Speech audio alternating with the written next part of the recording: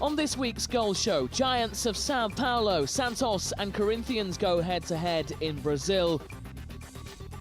We'll be taking a look at the leading contenders to win this year's AFC Champions League. The top two meet in Australia, with the regular season there nearing its climax. And a new J-League season gets underway in the land of the rising sun. Two Brazilian international strikers met each other on Sunday night as Santos faced Corinthians in the Sao Paulo State Championship. Neymar lining up for Santos, Alexandre Pato on the Corinthians side, following his recent move from Milan. The early signs look good, with Cicero finding the net in the 8th minute from a Marcos Assunção free kick, only for the Santos man's header to be ruled out for offside. Corinthians were fresh from a 2-0 win over Colombian side Millonarios in the Copa Libertadores. A game played behind closed doors because of a ban on the club's fans, which was triggered by the death of a supporter in Bolivia recently. 12 minutes before the break, Pato was involved as Corinthians threatened, but Peruvian striker Paulo Guerrero was denied, with Guajardo alert to the danger. Guerrero inches away from his 5th goal of this Paulista campaign. The visitors should have broken the deadlock early in the second half. Renato Augusto sprung the Santos offside trap, but couldn't keep his lob down. Little had been seen of Neymar up until that point. The Brazilian international was booked for diving in the second half, showing indiscipline that won't be well received should he move to Europe. Santos finally mustered an effort of note 11 minutes from time. Assunção's free kick touched onto the crossbar by Cassio.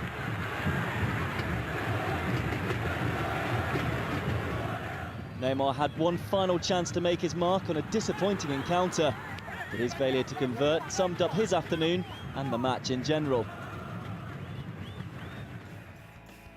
Elsewhere, during round 10 of the Campeonato Paulista season, Sao Paulo extended their lead at the top by winning at Penapolense. Ponte Preta's draw at Linense saw them slip back.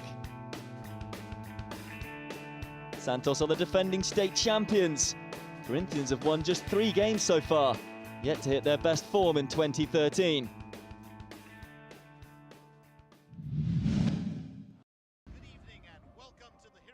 The AFC Champions League group stages got underway in midweek. Among those eager to get off to a good start, Japanese champions Sanfrecce Hiroshima, who hosted Uzbek club Bunyodkor in Group G.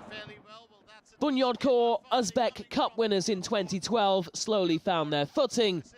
Alexander Pischer outjumped the Sanfrecce defence to put his side in front. Sanfrecce had beaten Kashiwa Reysol to win the Japanese Super Cup 4 days earlier. Hisato Sato's header was just about the closest they came to equalising here. Bunyodkor sealed a fine 2-0 away win 4 minutes from the end, when Fozil Musayev found the net. He takes that all the way through. It's a solo run, a solo effort, and it's goal number 2. A huge gap there in their defence. No chance of Mizumoto or Chiba catching up. The win saw Bunyodkor, who were previously coached by Luis Felipe Scolari, go top of Group G, ahead of Beijing Guan and the Pohang Steelers, who drew their meeting. There are 8 groups in total, with the top 2 progressing to the knockout stages. Chinese champions Guangzhou Evergrande are in Group F. Marcello Lippi's team began their continental campaign against Japanese club Urawa Reds. And they got off to an impressive start, taking the lead when Brazilian Murici brilliantly set up former Borussia Dortmund striker Lucas Barrios. Also look at that, Murici receiving it outside the box. Urawa Reds are back in the Champions League after a 4-year absence, following a 3rd place finish in the J-League last year. They found themselves 2 down here though, when Murici found the target himself. It's now 2-0. Urawa won the AFC Champions League in 2007, but will need to improve significantly if they're to make an impression this year. Could this be another worry? Nobuhiro Keita Suzuki's late own goal compounding their misery in front of a jubilant crowd of nearly 40,000. Exactly what happened.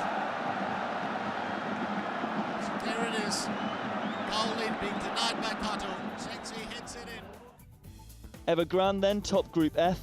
John Book Motors and Thai champions Muangthong United kicked off with a draw in South Korea.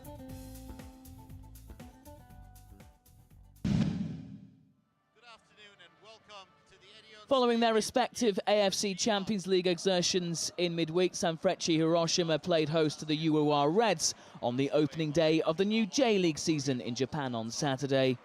It was the away side who took the lead before half-time. Yoshike Kashiwagi finishing off a delightful move, which involved a superb flick from Genki Haraguchi. The Reds, fresh from their defeats in China, doubled their lead in the second half. Haraguchi's tame shot somehow squirmed past Yusaku Nishigawa. The Sanfrecce keeper left red-faced.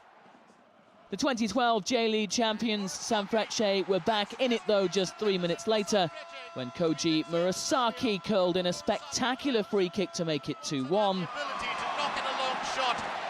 Sanfrecce couldn't find an equaliser though, as UOR bounced back from their disappointing midweek loss. And that's full time at the Hiroshima Big Arts, which is also... Elsewhere on the opening day of the 21st J-League season, former Celtic star Shinsuke Nakamura was on target as Yokohama F Marinos beat promoted Shonan Bellmare. And last season's runners-up for goal to Sendai were held by Ventforet Kofu.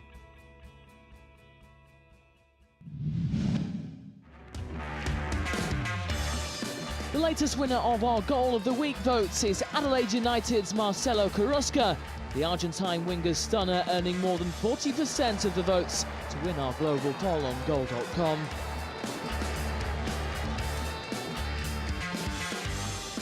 Coming up, 5 more super strikes from the last 7 days from which to choose your favourite.